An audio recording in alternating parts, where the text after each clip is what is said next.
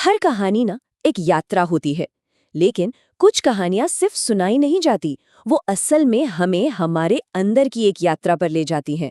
आज हम जिस कहानी की बात कर रहे हैं वो कुछ ऐसी ही है। ये कहानी है हनुमान की।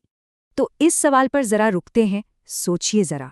क्या ऐसा हो सकता है कि वो जो सबसे बड़ी ताकत है जिसे हम सब बाहर खोज रहे हैं, वो कहीं खोई ही नहीं? वो तो बस हमारे अंदर सोई हुई है, इंतजार कर रही है कि कोई उसे याद दिलाए। पूरी की पूरी हनुमान की कहानी असल में इसी एक सवाल का जवाब है। तो ये कहानी शुरू होती है एक ऐसे बालक से जिसके अंदर ऊर्जा का मानो सागर लहराता था, बहुत चंचल, शरारती और जिसकी शक्तियों का कोई ओर छोर नहीं था।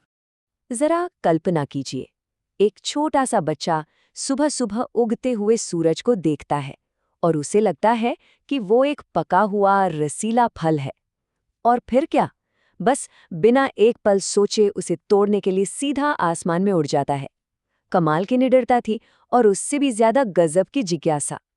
और यहीं पर कहानी एक बहुत दिलचस्प मोड़ लेती है। देखिए, शक्ति तो थी, पर वो बेलगाम थी, अनियंत्रित थी। इस घटना के बाद देवताओं ने जो किया वो कोई सजा नहीं थी, नहीं, वो एक तरह का मार्गदर्शन था, एक सीख थी। और इसका नतीजा क्या हुआ? उनकी शक्ति उनसे छीनी नहीं गई, वो बस उसे भूल गए। यही वो पल था जिसने उनके पूरे जीवन की दिशा ही बदल दी। ये अपनी ही शक्ति को भूलकर उसे अनुशासन सिखाने का पहला पाठ था। इसके बाद हनुमान के जीवन में एक लंबा खामोश सा दौर आया। ये वो साल थे जब उनकी भूली हुई शक्ति ने एक बिल्कुल नया रूप लेना शुरू किया। वो रूप था विनम्रता और सीखने का। इन सालों में उन्होंने क्या किया? उन्होंने सिर्फ ज्ञान हासिल किया, सेवा की और सही वक्त का इंतजार किया। कोई अहंकार नहीं, खुद को सही साबित करने की कोई बेचैनी नहीं। उनका विकास एक विजेता की तरह नहीं हुआ, बल्कि एक समर्पित सेवक के रूप में हुआ। मतलब उनके जीवन का सवाल ही बदल गया। वो ये नहीं पूछते थे कि मैं क्या हासिल कर सकता हूँ, वो पूछते थे मैं किसकी सेवा में आ सकता हूँ। और इसी सेवा भाव ने उनकी असली ताकत की नींव रखी, जो आगे जाकर जाहिर होने वाली थी। और फिर कहानी एक ऐसे मोड़ पर आ पहुंचती है जहां सब कुछ दांव पर लगा था। सीता माता का अपहरण हो चुका था और सामने एक ही चुनौती थी, एक असंभव लगने वाला विशाल अनंत समुद्र। सबके सब निराश थे और उस निराशा में हनुमान भी चुपचाप किनारे पर खड़े थे। बात शक्ति की कमी की नहीं थी, बात थी अपनी ही शक्ति की याददाश्त की कमी की। वो भूल चुके थे कि वो आखिर हैं कौन। और तभी जामवंत के शब्द गूंजे, तुम साधारण नहीं हो, तुम तो असाधारण काम करने के लिए बने हो। ये सिर्फ शब्द नहीं थे, आप जानते हैं, ये एक भूली हुई याद को जगाने वाली चिंगारी थी। और बस उसी एक पल में मानो सब कुछ बदल गया। हनुमान खड़े हुए, उनका शरीर विशाल होता गया और फिर एक ही छलांग में उन्होंने उस पूरे विशाल सागर को पार कर लिया। देखिए, ये कोई नई ताकत नहीं थी जो उन्हें मिली, नहीं, ये तो वही पुरानी भूली हुई शक्ति थी जिसे बस याद किया गया था। लेकिन असली परीक्षा तो अब शुरू होनी थी। लंका पहुंचकर परीक्षा बल की नहीं, बल्कि बुद्धि की थी। अब कहानी ताकत से ज्यादा धैर्य और विवेक की हो जाती है। उन्होंने लंका में घुसते ही तोड़-फोड़ और विनाश शुरू नहीं किया।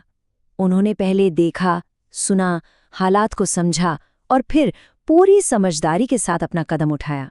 सीता माता को उन्होंने अपनी गदा की शक्ति से नहीं, अपनी सूझबूझ से खोजा था। और ये देखिए, जब दुश्मन ने उनकी पूंछ में आग लगा दी तो वो क्रोध से पागल नहीं हुए, नहीं, उन्होंने उस आग को, उस संकट को अपना सबसे बड़ा हथियार बना लिया और उसी जलती हुई पूंछ से पूरी लंका को एक ऐसा संदेश दिया जिसे वो फिर कभी नहीं भूल पाई।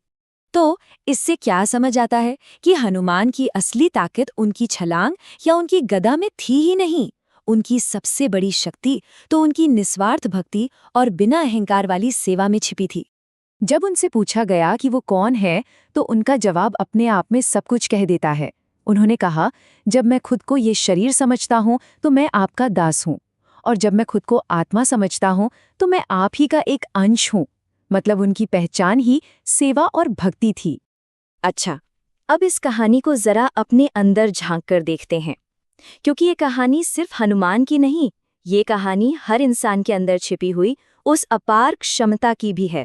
हर इंसान के अंदर एक ऐसी ताकत है जिसे कभी आजमाया नहीं गया, एक ऐसा साहस है जिसे कभी खोजा नहीं गया, और एक ऐसा मकसद भी है जिसे कभी पूरी तरह से जिया नहीं गया, और ये सब कुछ बस याद किए जाने का इंतजार कर रहा है। इस कहानी का संदेश ना हर किसी के लिए है। बच्चों के लिए ये कि वो जितना सोचते हैं उससे कहीं ज्यादा बहादुर, ज्यादा दयालु और शक्तिशाली हैं। और हम बड़ों के लिए ये कि हमारी सीमाएं असल में सीमाएं हैं ही नहीं, वो बस भूली हुई यादें हैं जिन्हें फिर से जगाने भर की देर है। तो आखिर में बस यही कह सकते हैं कि हनुमान सिर्फ एक कहानी नहीं, वो एक याद है।